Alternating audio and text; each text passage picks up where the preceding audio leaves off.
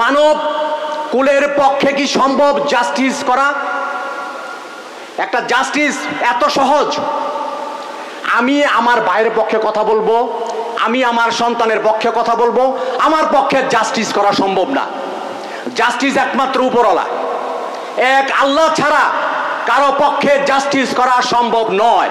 আমি শুধুমাত্র সার্জিস আলম এখানে আসবে এই জন্য এসেছি।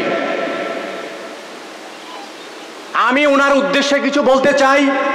আপনি কি দেখতে পাচ্ছেন বিভিন্ন অনুষ্ঠানে আওয়ামী লীগের লোকজন ঢুকে পড়ছে, পত্রিকাতে আসতেছে?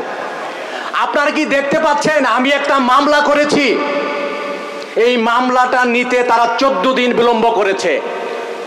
পুলিশ প্রশাসন এখনো পুলিশ প্রশাসনের মধ্যে এবং বিভিন্ন মন্ত্রণালয়ে ওই শেখ হাসিনার প্রেতাত্মারা লুকিয়ে আছে।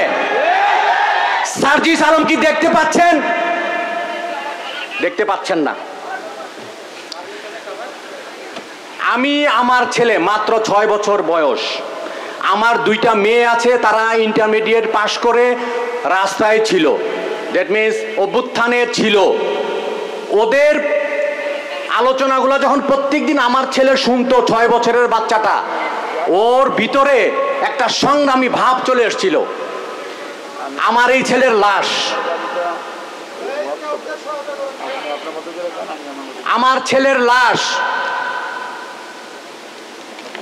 5 তারিখ আমার ছেলে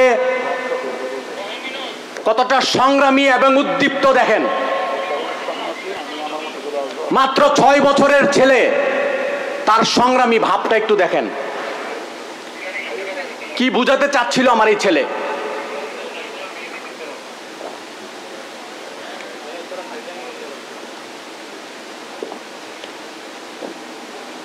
অ্যানাদার পিকচার, সেই 5 তারিখ আপনারা দেখেন, তার গায়ে যেই গেঞ্জিটা পরা ছিল তার লাশের ওই ছবিটাই কিনা একটু প্রমাণ করে দেখবেন। কয়েকজন সাংবাদিক আমার বাসায় যে প্রশ্ন করছিল যে এই ছবিগুলোকে এই ছবিগুলোর সাথে মিল আছে কিনা, তারা মিল পেয়েছে কিনা দেখেন। তার মুষ্টিবদ্ধ হাত। আপনাদের মধ্যে আমি এই স্পিরিট দেখতে চাই। আবার যদি আরেকটা 24-এর প্রয়োজন হয়, আমার এই বাচ্চাদেরকে বলবো আপনারা সামনে এগিয়ে আসবেন। আমি দেখতে পাচ্ছি প্রশাসন এখনো পর্যন্ত কেমন যেন নড়বড়ে, কিন্তু আমি সার্জিস আলমকে বলবো আপনার যেহেতু ওই পর্যন্ত হাত আছে, আপনি একটু লক্ষ্য করবেন। আরেকটা কথা বলতে চাই, যে ছবিটা আমার এখানে নেই, আমার ছেলের হাতে একটা কার্ড ছিল, উই ওয়ান্ট জাস্টিস। আমার বড় ছেলে তাকে লিখে দিয়েছিল উই ওয়ান্ট জাস্টিস। মানব কুলের পক্ষে কি সম্ভব জাস্টিস করা?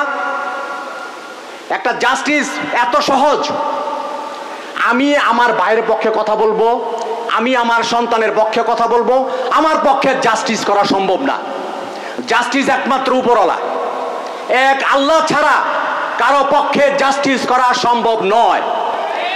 আমি আপনাদেরকে উই ওয়ান্ট জাস্টিসের সাথে ইখলাস সূরার একটা লিঙ্ক করে দিচ্ছি।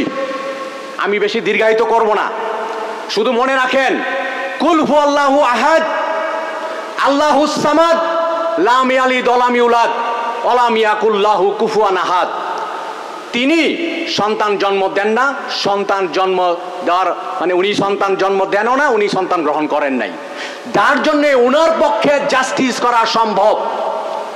সো আমি সার্জিস আলম সহ আরো সবাই যারা উপদেষ্টা পরিষদে আছেন, আপনারা এই জাস্টিস কিভাবে সম্ভব হয়, এই জাস্টিসের দিকে খেয়াল রাখবেন।